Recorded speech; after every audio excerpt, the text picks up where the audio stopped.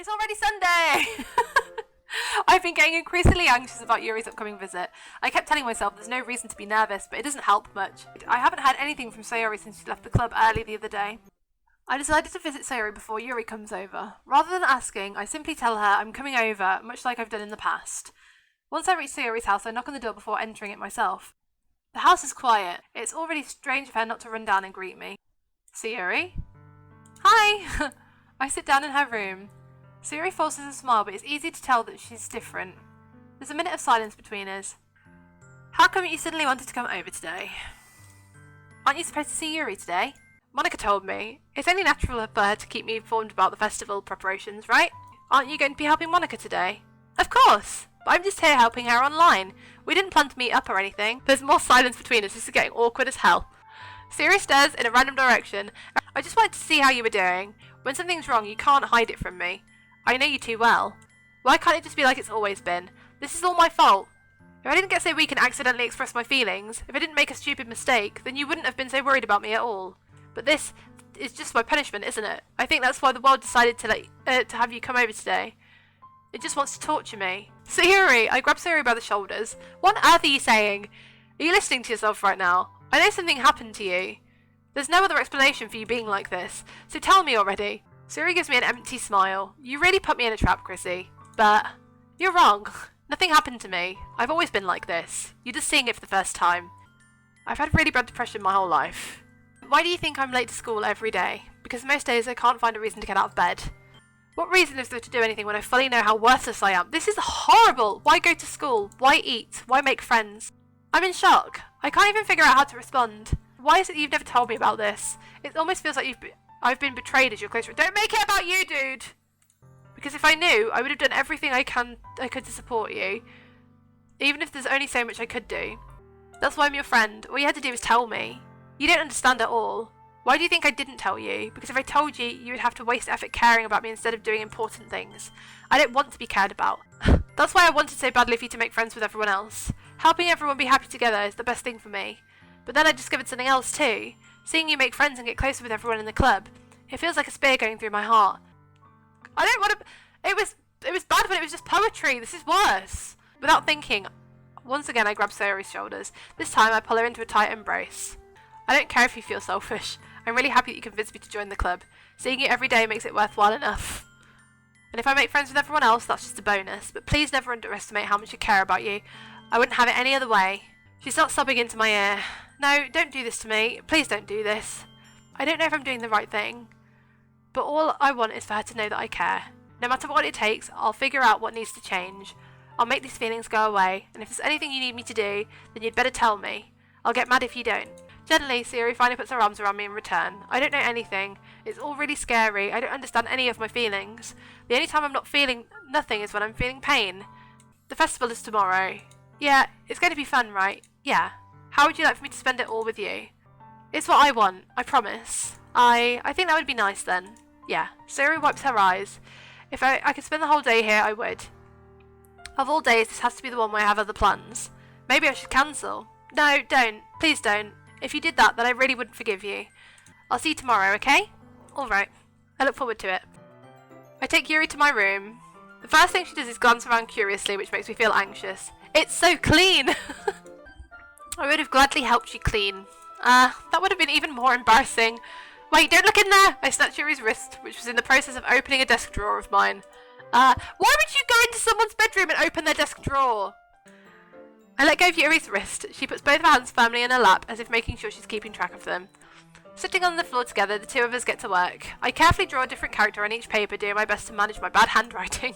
Yuri unravels a long strand of red ribbon to her desired length, and then she reaches into her bag once more and pulls out a pocket knife! The knife is strangely beautiful. The silver handle has an intricate pattern of waves etched into it. Okay, so she also has a pretty knife, which is even more concerning. That's no ordinary pocket knife. It looks really fancy. You're going to think it's weird. Yuri, whatever it is, I've no reason to judge. Each to their own, you know? If you promise you won't get weirded out. Yeah, I promise. Alright. The thing is, I'm kind of into knives. Would you like to hold it? Sure, I'll check it out. She's getting your fingerprints so she can frame you. Where do you even get a knife like this? Curious of its sharpness, I feel the point of the knife with my index finger. Ow! Why would you do that? she doesn't get it. I didn't expect it to be that sharp. Oh no, a small drop of blood trickles down the side of my finger. Yuri takes my hand and gives the wound a closer look. Without warning, Yuri puts my finger in her mouth and licks the wound. Vampire! Yuri! That's the most embarrassing thing I've ever done. How can I do something like that? I'm sorry. Sure, it was a little weird and it took me by surprise, but I guess she was just trying to help, right? I think you're overreacting a little. Alright, you know what? This might be a stupid thing to do, but I do it anyway. I take Yuri's hand and lick her index finger in return. Chrissy, did you really just do that? Now we're even. You're so weird. Yuri giggles shyly. She's into it. The tension quickly lifted. We each resume our respective activities. After we finish attaching the paper to the ribbons, we lay them out side by side. It looks better than expected, and it would definitely be effective as a door curtain. It looks great. Good thinking coming up with this, Yuri. Thanks. It's just something I saw online, really. Are you ready to move on to the next task? Yeah, let's do it. What did you have in mind? I'd like to create a banner. That's why I asked you to buy the paint tablets. Yuri leans over the banner to grab an unused paintbrush, but I move at the same time, causing my head to bump into hers. Sorry! Yuri reels back and I quickly lift my hands in surprise. Are you hurt? It's not your fault. And your face. There are droplets of paint on Yuri's face and neck. Is there something on my face? Yeah, I accidentally got paint on you. Here. I pat Yuri's face and neck with the towel. Having finished, I start to retract my hand, but Yuri suddenly holds my wrist. Wait. Just for a little longer. It feels really nice. I keep my hand still against Yuri's neck. She looks into my eyes. What's going to cock block us this time, though? Yuri's gentle fingers wrapped around my wrist sent a tingling sensation through my arm. And suddenly, her face seems to be much closer to mine than it was just a moment ago. I've been feeling a little lightheaded today. I didn't mean to space out. It's fine. The moment is over as soon as it began. Yuri picks up her brush again, but her movements seem clumsier, like she's unable to focus. Are you going to add the lettering now? Not yet. It needs to dry first. Perhaps it would be best to leave it here and then have you bring it in the morning. I can do the lettering in the classroom before our event starts. Is that okay?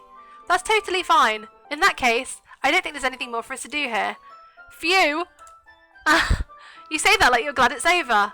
Oh no, it's not that. I'm just glad that we managed to get everything done. I see. I am too. I was a little concerned about time. I need to start making dinner soon. So you don't have any time left? I was secretly hoping we would have a bit of extra time to finish the work. After finishing the work.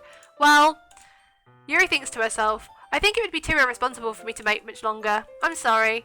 I guess I'll see you tomorrow.